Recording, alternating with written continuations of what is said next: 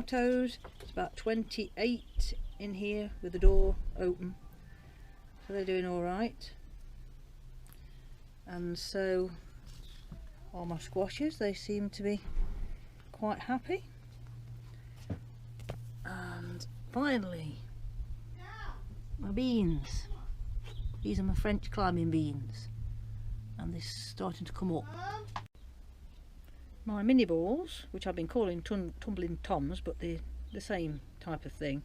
They're like little bush tomato plants with tiny little tomatoes on them. Really nice for salads. They've not got much taller, but they're pushing out a lot, so I'm happy about that, because they had kind of stopped with the cold weather. If you can remember this cutting I took from the Clematis plant, it is a Clematis, I've looked it up. This is the plant that cutting.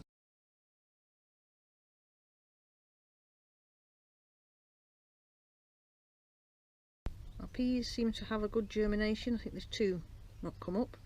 That's not too bad after my first batch of peas, because I only got a small area for them. These are my second lot of marigolds.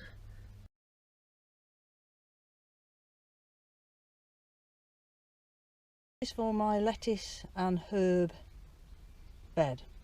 I'm just starting to build it. I will film it as I go along so you can see. So I'm just going to put rocket in this. Here we have all my herbs. We have coriander, parsley, dill, chervil, oregano, basil and tarragon. The chives are outside, so they're going to be in a different place, but these are to go with the rocket in my new lettuce and herb beds. Here we have the flowers, seeds put in: petunias, delphiniums and nicotinoes. I think that's how you say it, something like that.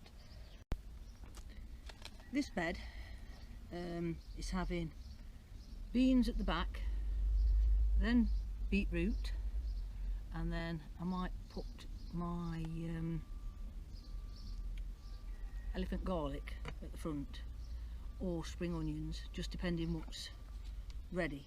But until then, so it's not sat doing nothing,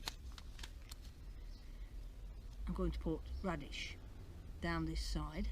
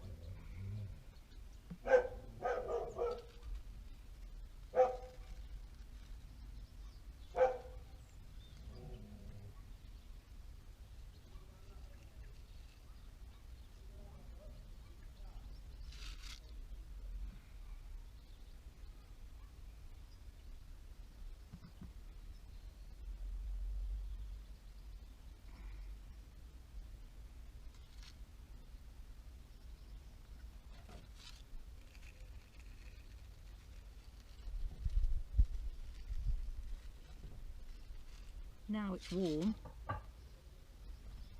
they'll come up really quick.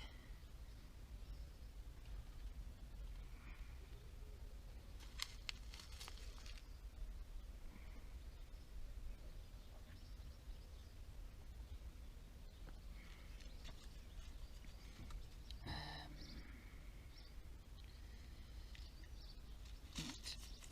think that's enough. Not really a big radish fan, so probably more to give to my mum. I'm putting my nasturtiums in. I've pre-watered this because it was dry as a bone. That's why it looks so soggy and muddy. Big mud pile, let it just drain in a bit more.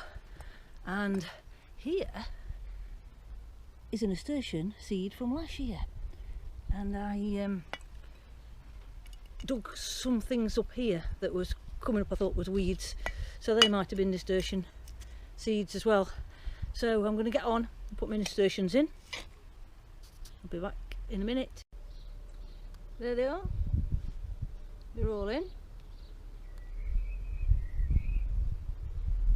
And I've got one or two feet further up, I've got a cover, fleece cover for these tonight.